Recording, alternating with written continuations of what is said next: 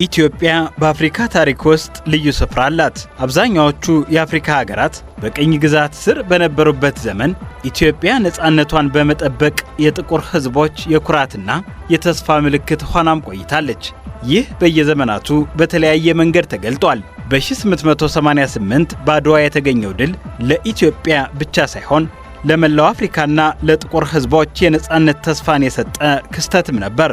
ከዚያም በኋላ ኢትዮጵያ ለብዙ የአፍሪካ ሀገራት ነፃነት እንቅስቃሴዎች የዲፕሎማሲ፣ የፖለቲካና የሞራል ድጋፍንም አድርጋለች። የአፍሪካ ህብረት በአዲስ አበባ ሲመሰረት ኢትዮጵያ የአፍሪካ አንድነትና የነፃነት ትግል ማዕከል ሆናም ተገኝታለች። ዛሬ ግን አፍሪካ የሚገጥማትን ፈተናዎች ከቅኝ ግዛት የተለዩ ናቸው። ጥያቄው የፖለቲካ ተሳትፎ፣ የተቋማት ጥንካሬ፣ የሰላማዊ ሽግግርና የዲሞክራሲ ግንባታ ሆኗል። በዚህ ረገድ ኢትዮጵያ ያከናወነችው ሰባተኛው ጠቅላላ ምርጫ ሌላ አይነት መንገድን አሳይቷል። ዜጎች ሀሳባቸውን በምርጫ ሳጥን ውስጥ በማኖር የሀገራቸውን የወደፊት አቅጣጫ ለመወሰን የሚሳተፉበት ሂደት ተፈጥሯል። የአፍሪካ ህብረትና የኢጋድ ታዛቢዎች ምርጫው በአጠቃላይ ሰላማዊና ስርዓት ባለው ሁኔታ መካሄዱን መግለጻቸው የዚህ ሂደትን አስፈላጊነት ያጎላል። በአንድ ወቅት ኢትዮጵያም የአፍሪካ የነፃነት ተስፋ እንደነበረችው ሁሉ ዛሬም ጠንካራ ተቋማትን በመገንባት የዜጎቿን ተሳትፎ በማስፋትና የፖለቲካ ልዩነቶችን በሰላማዊ መንገድ ለማስተናገድ በምታደርገው ጥረት ለአፍሪካም የዲሞክራሲ ጉዞ አርአያ ልትሆንም ችላለች። የ21ኛው ክፍለ ዘመን ድል በጦር ሜዳ ብቻ የሚለካ አይደለም። በድምፅ ሳጥን፣ በተቋማት ጥንካሬና በህዝቦች ተሳትፎ የሚገነባ ዲሞክራሲያዊ የአፍሪካም አዲስ ድልም ሆኗል። በዛሬ የዳሰሳ ዝግጅታችን የሰባተኛው ጠቅላላ ምርጫ እንዴት ያለ ፋይዳን ለኢትዮጵያና ለአፍሪካ ይዟል የሚለውን እንመለከታለን። አብራችሁን ቆዩ። ክብረ ወሰን ኑሩ ነኝ። ኢትዮጵያ ለሰባተኛ ጊዜ ጠቅላላ ምርጫዋን አከናውናለች። ይህ በአፍሪካ ህብረትም ሆነ በኢጋድ ታዛቢዎች በመጀመሪያ ደረጃ ሪፖርታቸው በበጎ ተነስቷል። ሰባተኛው ጠቅላላ ምርጫን በማስመልከት የአፍሪካ ህብረትና የኢጋድ የምርጫ ታዛቢ ቡድኖች የመጀመሪያ ዙር የምልከታ ውጤታቸውን ይፋ አድርገዋል። ታዛቢ ቡድኖቹ በምርጫው ቅድመ ዝግጅት ወቅት በምርጫው ዘመቻ ሂደትና በድምፅ አሰጣጥ ቀን ያደረጉትን ምልከታ መሰረት በማድረግ ግምገማቸውን አቅርበዋል። በተለይም የምርጫው ሂደት ከመጀመሪያው ዝግጅት እስከ ድምፅ አሰጣጥ ዕለት ድረስ የተከወኑ ተግባራትን በቅርበት ሲከታተሉ መቆየታቸውን አንስተዋል። የአፍሪካ ህብረት የምርጫ ታዛቢዎች ቡድን መሪ የሆኑት የቀድሞው የኬንያ ፕሬዝዳንት ኡሁሩ ኬንያታ ቡድናቸው ወደ ኢትዮጵያ ከገባ በኋላም ከምርጫ ቦርድ አመራሮች፣ ከመንግስት ተቋማት፣ ከተፎካካሪ ፖለቲካ ፓርቲዎች፣ ከሲቪክ ማህበራትና ከሌሎች ባለድርሻ አካላት ጋር ሰፊ ውይይቶችን ማድረጉን አውስተዋል። እነዚህ ውይይቶች የምርጫውን ሂደት በተሻለ ሁኔታ ለመረዳትና የተለያዩ አካላት ያላቸውን አመለካከት ለመስማት አጋዥ እንደነበሩም ነው ያነሱት። ታዛቢ ቡድኑ በምርጫው ዕለት በተለያዩ ምርጫ ጣቢያዎች ተገኝቶ ባደረገው ምልከታ መሰረት የድምፅ አሰጣጡ በአጠቃላይ ሰላማዊና የተረጋጋ ሁኔታ ውስጥ መከናወኑን አመላክቷል። በአብዛኛዎቹ የምርጫ ጣቢያዎች መራጮች በስነ ስርዓት ተሰልፈው ድምፃቸውን ሲሰጡ መታየታቸውንም አንስተዋል። በምርጫው ዕለት የነበረው የምርጫ አካባቢ በአጠቃላይ ሰላማዊ ነበረ። ድምፅ አሰጣጡ በስነ ስርዓት የተከናወነና በአብዛኞቹ ታዛቢዎች በታዘቡት የምርጫ ጣቢያዎች መራጮች በተረጋጋ ሁኔታ ተስተናግደዋል። ይህም መራጮች ያለምንም እንቅፋት ድምፃቸውን እንዲሰጡ እድል ፈጥሯል። በእጅ የሚከናወነውን የምዝገባ ሂደት ለመደገፍ በመራጮች ምዝገባ የቴክኖሎጂ የታገዘ ምዝገባ መደፈር መቻሉ የመራጮችን ቁጥር ለመጨመር አስተዋጽኦ አድርጓል። ይህም የዜጎችን የፖለቲካ ተሳትፎ እያደገ መምጣቱን የሚያሳይ መሆኑን ጠቅሰዋል።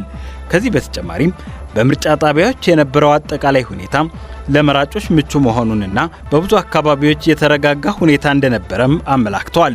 የምርጫ አስፈጻሚዎችም በየጣቢያው ተገቢውን ኃላፊነት በመወጣት መራጮችን በስነ ስርዓት ሲመሩ መመልከታቸውን አብራርተዋል። Polling officials and security personnel exhibited professionalism. የምርጫ አስፈጻሚዎችና የጸጥታ አካላት ሙያዊ ብቃትና ዝግጁነት አሳይተዋል።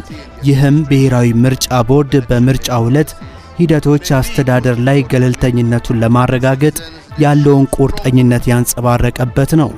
ከሁሉም በላይ ዜጎች ቀኑን ሙሉ በትዕግስት ሰልፍ በመያዝ ለመምረጥ ያላቸውን ጠንካራ ቁርጠኝነት አሳይተዋል። ይህም ለዲሞክራሲያዊ ተሳትፎ ያላቸውን ታማኝነት ያሳየ እንደሆነ መመልከት ችያለሁ። Throughout the day, demonstrating their commitment to democratic participation. ኡሁሩ ኬንያታ ሲቀጥሉ የምርጫ ሂደቱ ግልጽነትን ለማረጋገጥ የሚያግዙ በርካታ አሰራሮች በተግባር ሲውሉ ማየታቸውን ያነሳሉ። የድምጽ መስጫ ሳጥኖችን ማሸግ፣ የመራጮችን ማንነት ማረጋገጥ፣ የቀለም ምልክት ማድረግና ሌሎች የሕግ አሰራሮችን በአብዛኛው ጣቢያዎች በአግባቡ ሲፈጸሙ መታየታቸውን የምርጫውን ተአማኒነት ለማጠናከር ረድቷል። እነዚህ አሰራሮች በምርጫው ላይ የሚኖረውን የሕዝብ እምነት ለማሳደግ እንዲሁም የውጤቱን ተቀባይነት ለማጠናከር የሚያግዙ መሆናቸውንም ጠቁመዋል።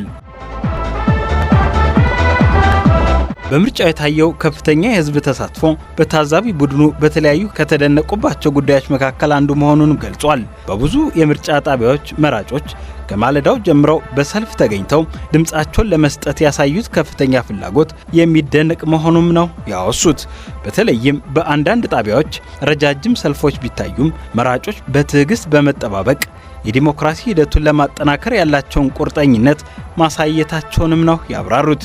ይህም ለወደፊቱ የዲሞክራሲ ግንባታ ጠንካራ መሰረት ሊሆን እንደሚችልም ተጠቅሷል። የድምጽ መስጫ ሰዓት መራዘሙ በብዙ መራጮች ዘንድ አዎንታዊ ተጽዕኖ መፍጠሩን ታዛቢዎቹ ገልጸዋል። በተለይም ረጃጅም ሰልፎች ላይ ለነበሩ ዜጎች ተጨማሪ እድል በመስጠት ብዙዎች ድምፃቸውን እንዲሰጡ አስችሏልም ብለዋል። በተጨማሪም ለአካል ጉዳተኞች፣ ለአረጋውያን፣ ለነፍሰ ጡር እናቶችና ለተለያዩ ድጋፍ ለሚያስፈልጋቸው የማህበረሰብ ክፍሎች ቅድሚያ መሰጠቱ የሁሉንም ዜጎች የድምጽ መስጠት መብት ለማረጋገጥ ሚና እንደተጫወተም አንስቷል።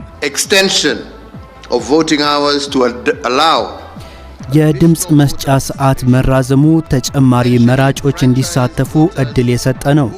የድምጽ አሰጣጡ መጀመሪያ በተወሰነው የ12 ሰዓት ገደብ ብቻ ተወስኖ ቢሆን ኖሮ ሊገለሉ የሚችሉ መራጮችን መብት አስከብሯል። በምርጫ ጣቢያዎች የተደረገው የመራጮች ትምህርት ድጋፍ መራጮች ድምፃቸውን እንዴት መስጠት እንዳለባቸው መመሪያ ሰጥቷል። እዚህ ላይ ግልጽ ማድረግ የምፈልገው ድምፃቸውን ለማን እንደሚሰጡ ሳይሆን እንዴት እንደሚሰጡ የተገነዘቡትን ነው። not who to cast it for, but how. ኡሁሩ ኬንያታ በመግለጫቸው አፍሪካ ህብረት ምርጫውን ለመታዘብ ቀጠሮ ከያዘ ጊዜ ጀምሮ የምርጫውን ታማኝነት፣ ግልጽነትና ዲሞክራሲያዊነት ሲከታተሉ መቆየታቸውንም ነው ያወሱት። የመጀመሪያ ዙር ምልከታቸውን በአጠቃላይ አበረታች ግንዛቤ እንዳሳዩ ገልጸው በቀጣይ ሂደቶችም በተመሳሳይ መልኩ በሰላማዊና በህጋዊ ስርዓት እንዲቀጥል ጥሪ አቅርበዋል። የኢትዮጵያ ህዝብና መንግስት በሰባተኛው ጠቅላላ ምርጫ ያሳዩትን ተሳትፎ፣ ቁርጠኝነትና አፈጻጸም በማድነቅ ኢትዮጵያውያን በዚህ ዲሞክራሲያዊ ሂደት ላይ ባሳዩት ሚና ራሳቸው ሊኮሩ እንደሚገባም አመላክተዋል። Today is a day that the people of Ethiopia should be proud. Day is a day. ዛሬ የኢትዮጵያ ህዝብ ሊኮራበት የሚገባ ቀን ነው። ታሪካችሁን ልታስታውሱበት የሚገባ ቀን ነው። የቅኝ ግዛትን በአንድነትና በጋራ ተከላክላ የቆመች በጭራሽ ያልተገዛች ሀገር ናት። ለአፍሪካ ነጻነትና ለአፍሪካ ራሷን የማስተዳደርና የመግዛት መብት የቆመች ሀገር ናት። በዚህም ምክንያት የአፍሪካ ዋና ከተማ ለመሆን የበቃች ሀገር ናት ያላችሁ። ስለሆነም እንደ ኢትዮጵያ ያለች ታላቅ ሀገር ይህን አጋጣሚ ተጠቅማ የፖለቲካና የማህበራዊ ውይይትን የበለጠ ለማስፋትና ለማጠናከር መስራት ከህዝቡ ያስፈልጋል። To move and further deepen political and social dialogue amongst her people. ታዛቢ ቡድኑ በቀጣይ የምርጫውን ሂደት በመከታተል የመጨረሻ ሪፖርቱን እንደሚያቀርብ፣ እስካሁን ያደረገው ምልከታ ግን የምርጫ ሂደቱ ሰላማዊ ተሳትፎ ያለበትና በዲሞክራሲያዊ መርሆዎች የተመራ መሆኑን የሚያሳይ መሆኑንም ጠቁመዋል። የምስራቅ አፍሪካ በየነ መንግስታት ኢጋድም በተመሳሳይ የኢትዮጵያን ጠቅላላ ምርጫ ሙገሳ ችሮታል። የኢጋድ የምርጫ ታዛቢ ቡድን መሪ ዶክተር ሲፒሲዮዛ ዋንዳራ ካዝቤ በሰጡት መግለጫ ድርጅቱ ከኢትዮጵያ ብሔራዊ ምርጫ ቦርድ በቀረበለት ግብዣ መሰረት በምርጫው ሂደት የታዛቢነት ተልእኮውን ሲያከናውን መቆየቱን አስታውሷል። ኢጋድ 11 የታዛቢ ቡድን አባላትን በተለያዩ ክፍሎችና ከተማ አስተዳደሮች በማሰማራት የምርጫውን ዝግጅት፣ የድምፅ አሰጣጥ ሂደትና ከምርጫው በኋላ የነበሩ አፈጻጸሞችን በቅርበት መከታተሉንም ነው ያነሱት። የኢጋድ የልዑካን ቡድን በሀገሪቱ ከሚገኙት በአጠቃላይ 12 ክልሎችና 2 የከተማ አስተዳደሮች መካከል በ7 ክልሎችና ከተሞች ላይ 26 ታዛቢዎችን በ11 ቡድን በመክፈል አሰማርቷል። እነዚህም የአማራ፣ ኦሮሚያ፣ ሲዳማ፣ ሶማሌና የደቡብ ኢትዮጵያ ክልሎችና የአዲስ አበባና የድሬዳዋ ከተማ አስተዳደሮች ሲሆኑ ታዛቢዎቹም በምርጫው ዕለት የድምጽ መስጫ ጣቢያዎችን መክፈት፣ የድምጽ አሰጣጥ ሂደቱን መዘጋታቸውንና የድምጽ ቆጠራውን በቦታው በመገኘት ታዝበዋል።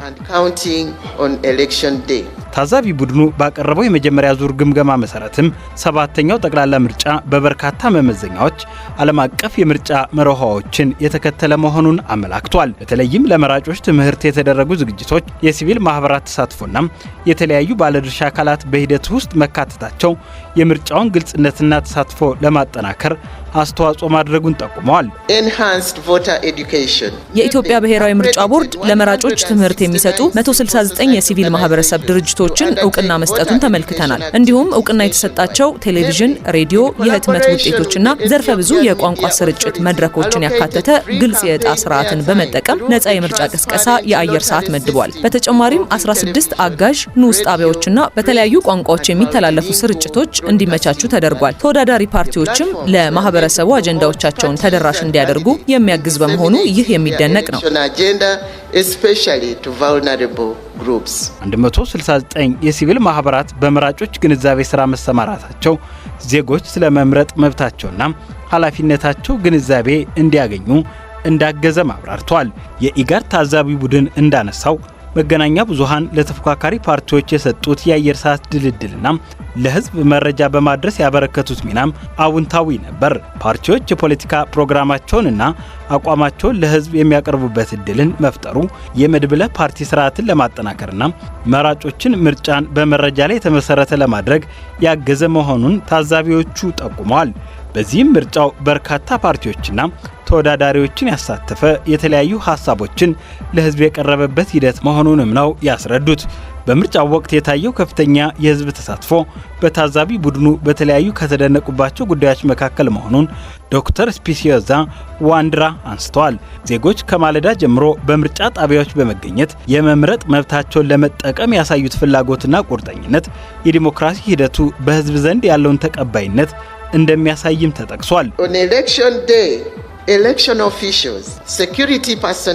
በምርጫ ዕለት የምርጫ አስፈጻሚዎች፣ የጸጥታ አካላት፣ የፖለቲካና የሰብአዊ መብቶች እንዲሁም ዜጎች ኃላፊነታቸውን በከፍተኛ የሙያ ስነ ምግባር ተወጥተዋል። መራጮች ረጅም የድምጽ መስጫ ሰዓታትን በትዕግስት አሳልፈው ዲሞክራሲያዊ መብታቸውን በነጻነት በምርጫ አሳይተዋል። የኢጋድ የምርጫ ታዛቢ ልዑካን ቡድን የኢትዮጵያ ህዝብ ያሳየውን ቁርጠኝነት ያደንቃል።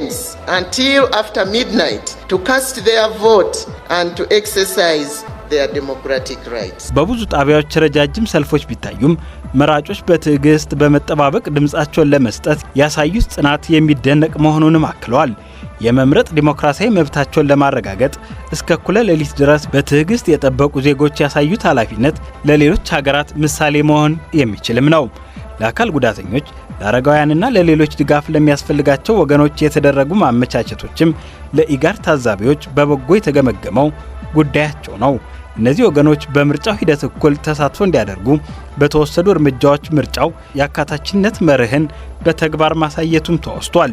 በተጨማሪም መራጮች ለአረጋውያንና ለአካል ጉዳተኞች ቅድሚያ በመስጠት ያሳዩትን መተባበርና ጨዋነትም የኢትዮጵያውያንን ማህበራዊ እሴትን የሚያንጸባርቅ እንደሆነም ጠቅሷል። When it came to the voting process, all observers reported የድምጽ አሰጣጥ ሂደቱን በተመለከተ ሁሉም ታዛቢዎች ሂደቱ ምንም አይነት እንቅፋት ሳይገጥመው በሰላማዊ መንገድ መጠናቀቁን ታዝበዋል። ለአረጋውያን፣ ለነፍሰ ጡርና ህጻናት ለያዙ እናቶች እንዲሁም ለአካል ጉዳተኞች ድምጽ ለመስጠት ቅድሚያ ተሰጥቷቸዋል። ለዚህም የኢትዮጵያ ህዝብ ምስጋና ይገባዋል። Thank you very much, people of Ethiopia. ምርጫ ብዙውን ጊዜ ከአሸናፊና ከተሸናፊ ፖለቲካ ፓርቲዎች አንጻር ይታያል። ሆኖም የምርጫ እውነተኛ ትርጉም ከዚህ በላይ ነው። ምርጫ የሀገረ መንግስት ግንባታን የሚያጠናክር፣ ተቋማትን የሚያበረታታና ለቀጠናዊ ሰላም አስፈላጊ መሰረት የሚጥል ፖለቲካዊም ሂደት ነው። በመጀመሪያ ደረጃ ምርጫ ለሀገረ መንግስት ግንባታ ያለው ፋይዳም ከፍተኛ ነው። ጠንካራ ሀገረ መንግስት ማለት በህዝብ ፈቃድ ላይ የተመሰረተ ህጋዊ ተቀባይነት ያለውና ዜጎች የሚያምኑበት ስርዓት ማለት ነው። ዜጎች በምርጫ ተሳትፈው የሚመርጡት መንግስት ህጋዊ ውክልና እንዲኖረውም ያደርጋል። ይህ ደግሞ በሀገር ውስጥ የፖለቲካ መረጋጋትን ለመፍጠርም ይረዳል። ሌላኛው ምርጫ የተቋማት ግንባታ ሂደትን ያጠናክራል። የምርጫ ቦርድ፣ የፍትህ ተቋማት፣ የጸጥታ አካላት፣ የፖለቲካ ፓርቲዎችና ሚዲያዎች በምርጫ ወቅት ያላቸውን ኃላፊነት ሲወጡ ተቋማዊ አቅማቸውም ይጠነክራል። በተለይም የህግ የበላይነት፣ ግልጽነትና ተጠያቂነት የሚባሉት እሴቶች በተግባር የሚፈቱበት በእንደነዚህ አይነት ሂደቶች ውስጥ ነው። ምርጫ በተጨማሪም ለቀጠናዊ ሰላም ያለው ሚና ቀላል አይደለም። በአፍሪካ ቀንድ ያሉ ሀገራት በፖለቲካም በኢኮኖሚና በደህንነት ጉዳዮች የተሳሰሩ ናቸው። በኢትዮጵያ የሚኖረው መረጋጋት በጎረቤት ሀገራት ላይ ቀጥተኛ ተጽዕኖን ያሳድራል። በአንጻሩም የፖለቲካ አለመረጋጋት ወደ ቀጣናው ሊዛመት ይችላል። ስለዚህ የህዝብ ፍቃድ በሰላማዊ መንገድ የሚገለጽበት ምርጫ የፖለቲካ ውድድርን ወደ ተቋማዊ ሂደት በመቀየር ግጭቶችን የመቀነስ አቅም አለው። ይህም ለኢትዮጵያ ብቻ ሳይሆን ለመላው የአፍሪካ ቀንድ ቀጣና ሰላምና መረጋጋት ጠቃሚ ነው። ምርጫ የድምፅ መስጫ ሂደት ብቻ አይደለም። የሀገረ መንግስት ግንባታን የሚያጠናክር፣ የተቋማትን ጥንካሬ የሚያሳድግና ለቀጣናዊ ዘለቄታ ሰላም መሰረት የሚጥል ወሳኝ የፖለቲካ ሂደት ነው። በዚህ ረገድ የኢትዮጵያ የምርጫ ተሞክሮዎች ከሀገር ውስጥ አንጻር ብቻ ሳይሆን ለቀጣናዊ መረጋጋት የራሱን አስተዋጽኦም የሚያበረክት ሆኖ አገልግሏል። ኢትዮጵያ በአፍሪካ ታሪክ ውስጥ ለነጻነትና ለሉዓላዊነት ትግል የጎላ አስተዋጽኦ ያበረከተች ሀገር ነች።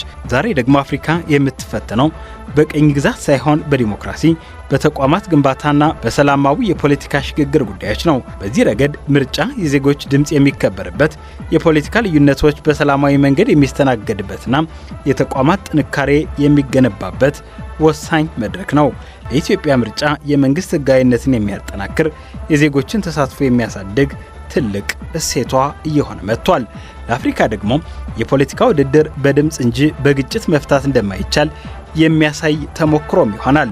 ስለዚህ የኢትዮጵያ ምርጫ የአሸናፊና የተሸናፊ ጉዳይ ብቻ ሳይሆን ለዲሞክራሲ ግንባታ፣ ለጠንካራ ተቋማት መፈጠርና ለአፍሪካ ሰላምና መረጋጋት የሚያበረክተው ትልቅ ፖለቲካዊ ሂደት ነው። በአንድ ወቅት ኢትዮጵያ ለአፍሪካ የነጻነት ተስፋ እንደነበረች ሁሉ ዛሬም በዲሞክራሲ ግንባታ ጉዞዋ ለአህጉሪቱ ጠቃሚ ተሞክሮና መነሻ እየሆነች መጥታለች። ከፋና ሚዲያ ኮርፖሬሽን የኢትዮጵያን የምርጫ ስኬት የተመለከተው ዳሰሳችን ይህንን ይመስል ነበረ። ክብረ ወሰን ኑሩ ነኝ። መልካም ጊዜም